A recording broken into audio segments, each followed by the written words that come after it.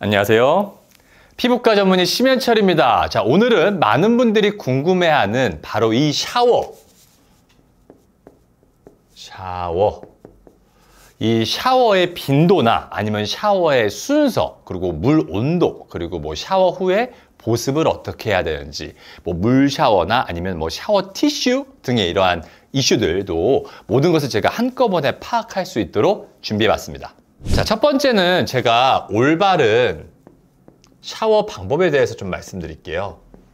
그 중에서 첫 번째는 바로 이 샤워의 온도겠죠, 온도. 샤워 온도. 자, 많은 분들이 좀 궁금해 하실 거예요. 우리가 봄, 여름, 가을, 겨울에 김이 막 펄펄 나는 막 뜨거운 물로 샤워하거나 목욕하는 분들 많으시죠? 자, 아무래도 막 릴렉스도 되고 또 개운함을 느낄 수가 있어서 저도 가끔은 이런 좀 뜨거운 물로 목욕을 하기는 하는데요. 그래도 뜨거운 물로 이렇게 막 샤워를 한다거나 목욕하는 건 최대한 지, 양 안 하는 게 좋습니다. 자, 우리가 흔히 이 뜨거운 물에 목욕을 해서 막 때를 불린다 이렇게 표현을 하죠. 자, 그런데 우리가 이 때라고 이야기하는 거는 바로 뭐냐면 오염에 의한 이물질도 좀 있지만 자연스럽게 이렇게 탈락이 되길 기다리는 각질층이나 또 피부의 보호막인 이 보호 장벽까지 포함이 되어 있습니다. 피부가 이렇게 표피와 진피로 나뉘는데 이 표피가 또 4개의 층으로 나뉘거든요. 근데 물론 손바닥이나 발바닥은 5개 층으로 되어 있는데 그 중에 이 바깥층을 우리가 각질층이라 얘기합니다.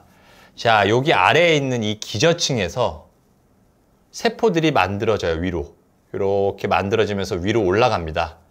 이렇게 올라가면서 점점 어떻게 되냐면 세포가 처음에는 이렇게 돼 있다가 여기는 세포가 납작해져요. 그러면서 요 가운데가 핵이거든요. 핵도 없어지면서 이런 식으로 핵이 없고 납작한 구조물로 바뀌게 됩니다. 근데 이게 중요하지 않은 게 아니라 알고 보니까 얘네들이 바로 뭐다? 피부 장벽이더라 라는 거예요. 근데 우리가 지금 여기에 검게 막 때도 묻어 있고 막 이렇게 해가지고 우리가 보이는 부분을 지금 열심히 밀어서 탈락시키고 있어요. 이게 우리가 때를 민다 라고 얘기를 하는 거죠.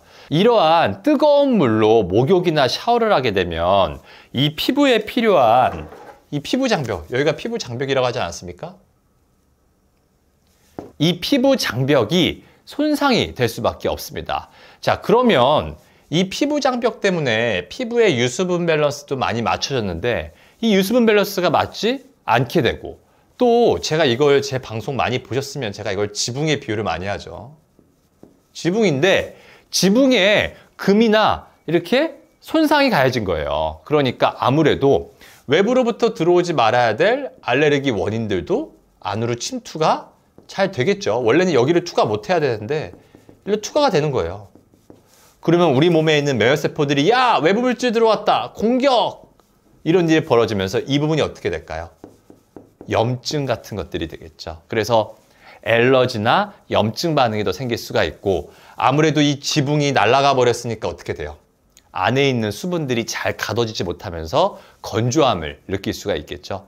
또 세안도 마찬가지지만 뜨거운 물이 피부에 닿게 되면 일시적으로 모공이 넓어지거든요. 자, 우리가 피부가 다시 그려볼게요. 이렇게 표피가 있고요. 이렇게 진피가 있고 이렇게 털이 있고요.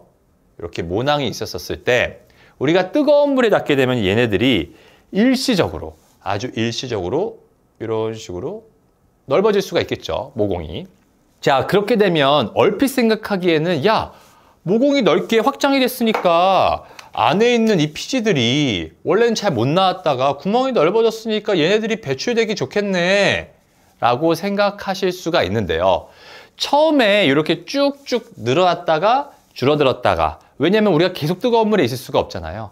또 어느 정도 실온에 들어가게 되면은 이완됐다가 수축됐다가 이렇게 반복되게 되면 어떻게 될까요? 우리 고무줄도 늘어났다가 줄어들었다 반복하면은 가만히 있어도 헐거워지게 되죠. 그리고 원래 사이즈로 복원이 잘 안 되게 되죠. 모공도 마찬가지입니다.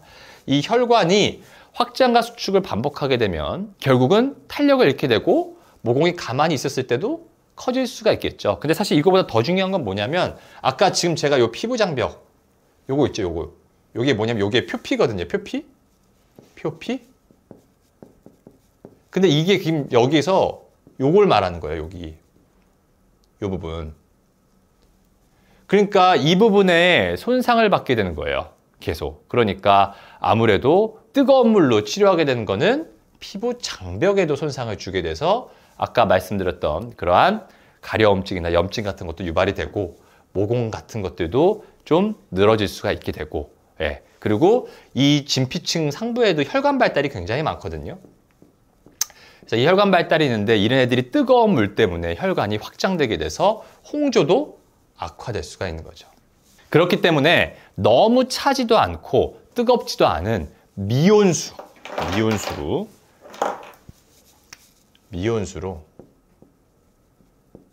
좀 일정하게 피부의 온도를 유지하는 것이 중요합니다. 또 제가 항상 말하는 게 10분 내로 샤워를 해라. 10분. 우리가 욕실에는 보통 시계가 없죠. 그러니까 제가 항상 기준으로 삼으라고 하는 것이 뭐냐면 욕실에 거울에 김이 서리기 전에 우리가 보통 이렇게 샤워할 때 거울 있잖아요. 거기에 이렇게 김이 서려가지고 우리 막 손으로 막 이렇게 막 이런 식으로 뭐 표시하죠. 이렇게 김이 서리기 전에 끝내라! 인데 만약에 온도가 너무 높거나 아니면 샤워 시간이 너무 길면 겨울에 당연히 이 김이 빨리 서리겠죠. 그러니까 내가 평소에 샤워할 때도 계속 김이 서려 있어 되게 빨리. 그럼 온도가 너무 높거나 아니면 내가 샤워 시간이 너무 길었구나 이렇게 생각하시면 되고 저 같은 경우도 이런 거울에 김이 서리기 전에 빨리빨리 샤워를 끝냅니다. 자, 두 번째는 바로 샤워 순서입니다. 이게 항상 제가 SBS 라디오 할 때도 이게 많이 궁금증으로 나오는 거예요. 그래서 제가 지금 정리를 해서 말씀드릴게요. 일반적으로는 머리를 감고 그 이후에 아래쪽으로 바디워시 그리고 마무리로는 양치나 세안을 하길 권해드립니다. 자, 우리가 말하는 샴푸 있죠, 샴푸.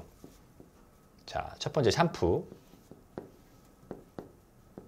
자, 샴푸에는 일반적으로는 어떤 뭐 향료를 포함해서 좀 유분기가 있는 성분들도 있고 계면활성제, 아무래도 세정 능력이 있어야 되니까 계면활성제 등의 여러 성분들을 좀 함유하고 있습니다. 그리고 우리가 샴푸하기 전에 머리에 왁스나 스프레이 같은 것들을 많이 뭐 뿌리는 경우도 있죠. 헤어 제품들. 그래서 머리를 맨 마지막에 감는다면 이러한 성분들이 얼굴이나 몸의 다른 부위에 남을 수가 있겠죠. 그러니까 우리가 몸을 씻기 전에 먼저 샴푸로 헤어 제품 및 이 샴푸의 성분들이 다 쓸려 나가게끔 하고 그 다음에 몸을 닦는데, 자, 그 다음에 우리가 만약에 세안을 한 다음에 만약에 양치를 한다고 가정해 볼게요. 그럼 눈에 잘 보이지 않게 미세하게 치약이나 거품이 이렇게 입가에 남아서 얘들이 좀 건조함을 유발하거나, 제가 예전에 영상에도 다뤘지만 입가 주위의 염이 이 입가에 묻어있는 이 치약 성분, 자, 지금 먼저 얘기해 볼까요? 자, 입가 주위염. 입가 주위의 염증이 생각보다 치약 때문에 생기는 경우가 많아요. 치약.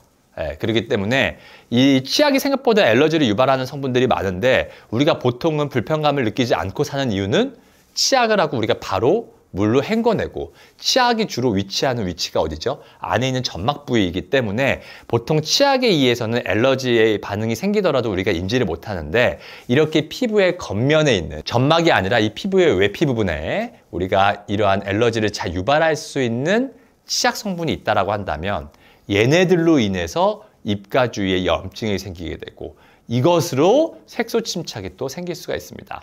자, 대부분 잘 모르시죠? 자, 또한 얼굴은 씻어낸 다음에 최대한 빨리 보습해 주는 게 좋겠죠. 자, 혈관 발달이 많고 민감한 부분이니까 우리가 아무래도 좀 피부가 얇고 민감해서 최대한 빠르게 보습을 해줘야 됩니다. 그러니까 결국은 얼굴을 닦아내고 바로 보습을 하는 게 좋겠죠. 자, 그럼 다시 정리해 볼게요. 어떻게 하면 될까요? 샴푸나 린스를 먼저 해주고, 그 다음에 바디워시로 몸을 닦은 다음에, 그 다음에 양치를 해주고, 그 다음에 세안으로 입가 주변에 있는 이 치약 성분뿐만 아니라 바로 세안을 끝내자마자 보습 단계로 넘어갈 수 있는 게 가장 이상적이라고 말씀드릴 수가 있겠습니다. 세 번째는 바로 샤워 빈도입니다. 빈도. 얼마나 자주 하냐. 자, 피부가 예민한 분들은 하루에 한 번 이하로 하는 게 좋겠고, 크게 문제가 없고 뭐 피지 분비가 좀 많은 분들은 2번까지 하셔도 괜찮을 수 있습니다. 자, 하지만 제가 비누칠이라고 설명할게요. 이런 바디워시 같은 이런 계면활성제가 있어서 우리가 세척을 하는 이러한 성분들을 사용하는 것은 몸에 제가 하루에 한 번 이상을 하지 말라고 말씀드립니다. 즉 비누칠은 하루에 한 번 이상 하지 말아라. 즉 우리가 만약에 밤에 귀가를 하고 몸을 비누칠로 이렇게 닦아낸 사람이라면 밤에 와서 뭐 이렇게 비누칠을 한 사람이에요. 그러면 아침에 일어나서는 그냥 물로만 닦아주는 거예요. 물로만. 자, 그래서 하루에 비누칠, 바디워시 사용이 만약에 2번 정도 들어가게 되면 사실 지금 당장은 못 느끼더라도 장기적으로 봤을 때 피부를 굉장히 건조하게 하고 민감하게 할 수 있습니다. 비슷하게 우리가 스크럽하는 행동들은 앞에서도 제가 때를 미지 말라고 했었죠. 최대한 지양하는 것을 제가 권해드리고요. 자, 우리가 사람의 피부란 건 나이나 뭐 호르몬, 계절과 같은 생활 환경에 따라서 다양한 변수에 따라서 바뀔 수가 있기 때문에 그에 맞춰서 건조하거나 자극받지 않게 조절하는 게 좋겠습니다. 뭐 예를 들어서 여름이라 해볼게요. 여름. 자, 여름 같은 경우에는 날씨가 좀 덥고 땀도 많이 차고 또 피부에 피지 분비가 많이 나오지만 겨울만 되면 굉장히 건조하죠. 피부가 건조하기 때문에 피부가 하얗게 일어나는 분들 같은 경우에는 어떻게 해야 될까요? 여름철에서는 뭐 필요에 따라서도 뭐 2회까지도 샤워를 할 수 있다가도 뭐 날씨가 만약에 쌀쌀하고 건조해질 때쯤엔 샤워의 빈도수를 당연히 줄이는 게 좋겠죠. 그리고 성인 아토피가 있거나 피부가 예민한 분들 있죠. 피부가 예민한 분들. 이런 분들 같은 경우에는 헬스나 러닝 같은 이제 땀을 흘리는 유산소 운동을 하는 경우에 막 피부가 좀 따끔따끔거리고 알레르기성 피부염 같은 것이 생겨서 고생하는 분들이 계십니다. 아마 이거 영상 보시는 분들 중에서도 계실 텐데 어쨌든 땀을 흘리니까 샤워를 자주 해야 하는 경우도 생길 텐데 이런 경우에는 이 손발처럼 위생상 문제가 되는 부분은 바디워시를 쓰고 나머지 부분은 물로만 닦아내는 게 도움이 될 수가 있습니다. 자, 또한 운동 중에 땀이 난다고 해서 과도하게 막 땀을 닦기보다는 그냥 수건으로 가볍게 톡톡 땀을 흡수시킨다는 개념으로만 최대한 피부에 자극을 덜 주면서 땀을 닦아내는 것도 도움이 될 수 있겠습니다. 자, 그러면 제가 알기 쉽게 정리를 해볼게요. 자, 요약이 중요하죠. 자, 우리가 정리를 하자면 샤워는 머리에서 몸, 그리고 양치, 그 다음에 세안, 이 순서로 하고 온도는 미온수로 10분 이내로 해주는 것이 좋으며 하루에 한 번에서 2회 정도까지 샤워를 하는데 이 비누칠이 들어가는 거는 어떻게? 1회 정도만 하는 것이 좋겠고 피부의 상황에 따라서 빈도수를 줄이거나 좀 늘리거나 하는 변수는 있을 수가 있다라고 이해하시면 되겠습니다. 자, 2번째는 바로 제품 사용. 제품 사용 중에서 아무래도 우리가 여러 가지 제품이나 용품에 대한 것들에 대해서 좀 궁금하신 분들이 있을 거예요. 그 중에 첫 번째는 샤워, 우리가 타월이라고 얘기를 하고 뭐 스펀지 같은 거 많이 쓰시죠. 스펀지. 자, 저는 참고로 피부 장벽을 최대한 보호해야 하기 때문에 권유하지 않습니다. 이 샤워 타월을. 그래서 실제로 저도 사용 아예 하고 있지 않아요. 자, 하지만 이 샤워 타월이나 아니면 스펀지 같은 것들에 익숙하고 꼭 필요하다라고 느끼는 분들이 사실 많이 계시기 때문에 제가 최대한 피부에 좀 자극이 덜 되는 그리고 좀 부드러운 재질로 구매를 하실 때 이 사용 후에는 건조 및 세탁을 좀 꼼꼼히 하는 게 좋겠다라고 말씀을 드립니다. 그래서 이거를 고가의 고품질 제품보다는 차라리 가성비가 좀 좋은 묶음 상품을 구매하셔서 좀 자주 교체해 주는 것이 좋은 방법이겠습니다. 특히 이 때밀이 타월이나 때밀이 타월 그리고 사포 같은 거, 사포 같은 이러한 좀 재질이 좀 각질 제거 같은 것들이 강하게 될 수 있는 이러한 제품들은 사용을 최대한 안 하는 것이 좋겠습니다. 자, 두 번째는 뭐냐면 보습이 있습니다. 보습.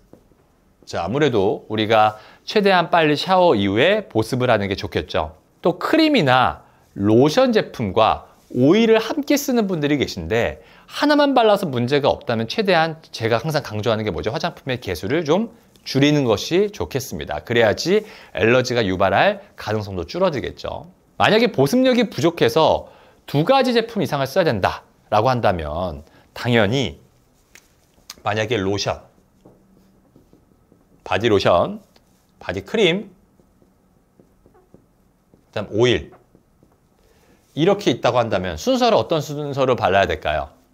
제 영상 잘 보신 분들은 아실 텐데 기본적으로 로션에서 크림으로 갈수록 크림에서 오일로 갈수록 더 유분기가 많죠. 그 말인즉슨 밀폐 능력이 더 뛰어나다는 겁니다. 그러니까 밀폐력이 강한 오일을 먼저 발라버리고 그 위에 로션 타입을 바른다면 로션 성분 자체가 흡수가 잘 안 되겠죠. 그러니까 순서는 이 로션을 바르고 크림을 바른 다음에 오일, 이 순서로 바르는 것이 아무래도 좋겠죠. 그리고 얼굴과 마찬가지로 신체 부위별로 건조함의 정도가 다르기 때문에 보습이 부족한 부위 위주로 좀 제품을 사용을 하고 보습이 크게 필요가 없는 부분은 보습 제품의 종류를 좀 더 뭐 로션 타입을 쓴다거나 아니면 보습제의 양을 좀 조절해 볼 수가 있겠습니다. 근데 보습도 중요하지만 샤워한 다음에 건조가 중요한 부분들도 있거든요. 특히나 우리 발의 무좀 같은 경우에 무조건 축축하게 하라고 그랬지 라고 해가지고 물기가 그대로 있는 상태에서 양말을 신는다거나 이러면은 특히 무좀 있으신 분들은 무좀 감염이 잘 될 수밖에 없겠죠. 그리고 신체가 접하는 겨드랑이나 사타구니 같은 것들 이런 경우에 여름철에 물기가 있는 상태에서 그대로 팬티를 입고 더운 지역에 있게 되면 그 부분이 아무래도 습해지면서 곰팡이균의 감염이 잘 되겠죠. 그러니까 이런 부분들은 어느 정도 또 충분히 건조를 해준 다음에 보습제를 바르는 것이 중요하겠습니다. 또한 이 가드름 그리고 이제 등드름, 가드름과 이 등드름이 있는 분들은 그 부위에 피지 발달이 결국 많은 거거든요. 우리가 몸은 얼굴에 비해서 피지 분비가 굉장히 적은데 몸에서도 피지 발달이 이렇게 많은 부위가 있는 경우에는 이 부분도 가드름이나 등드름이 생길 수가 있습니다. 그래서 이런 경우에는 보습제 선택이 좀 중요하지만 그렇지 않은 분들은 사실은 몸은요. 그냥 굉장히 리치한 제품을 그냥 많이 발라도 문제가 안 되기 때문에 원장님 몸에 어떤 종류 얼굴에는 이렇게 바르라고 했는데 몸은 어떻게 발라요? 라고 얘기하면 가드름 등드름 없는 분들이라면 그냥 최대한 리치하게 많이 발라줘라. 잔뜩 자주 바르시는 것이 좋다라고 생각하시는 게 편하겠습니다. 세 번째는 바로 샤워 티슈입니다. 샤워 티슈. 샤워 티슈의 제품들은 특수한 경우를 제외한다면 사실 본인의 상황에 맞춰서 보조적인 역할로 사용하는 제품이고 샤워를 절대 얘는 대체할 수 없어요. 네, 샤워를 대체할 수가 없습니다. 샤워 티슈라는 게 크게 이 샤워 티슈를 좀 다시 한번 살펴볼까요? 얘네가 첫 번째로는 항균, 그러니까 살균이죠. 살균 역할을 한다고 하는 샤워 티슈들이 있고요. 두 번째로는 냉각, 그러니까 여름에 냉각이나 쿨링 이런 기능이 좀 특화돼서 나온 애들이 있고요. 사실 세 번째, 이 냉각 쿨링에는 맨솔 같은 성분들, 우리가 맨솔이라고 하는 성분들 이런 것들이 포함된 경우가 있고 세 번째, 이 보습용 샤워 티슈라고 하는 게 사실 우리가 가장 알려져 있는 그런 샤워 티슈입니다. 샤워 티슈에 보습제가 포함되어 있는데 자, 생각해 보세요. 일단 닦는 행동이라는 이러한 티슈는 닦는 거예요. 근데 여기에 보습제가 포함이 되어 있다는 거예요. 이 개념이. 그러니까 일단 세안을 하는데 세안하면서 동시에 보습제를 바르는 행동에 비유할 수가 있습니다. 자, 닦아내라고 한 수건에다가 보습제를 만약에 묻혀놓고 사용하면 보습이 된다?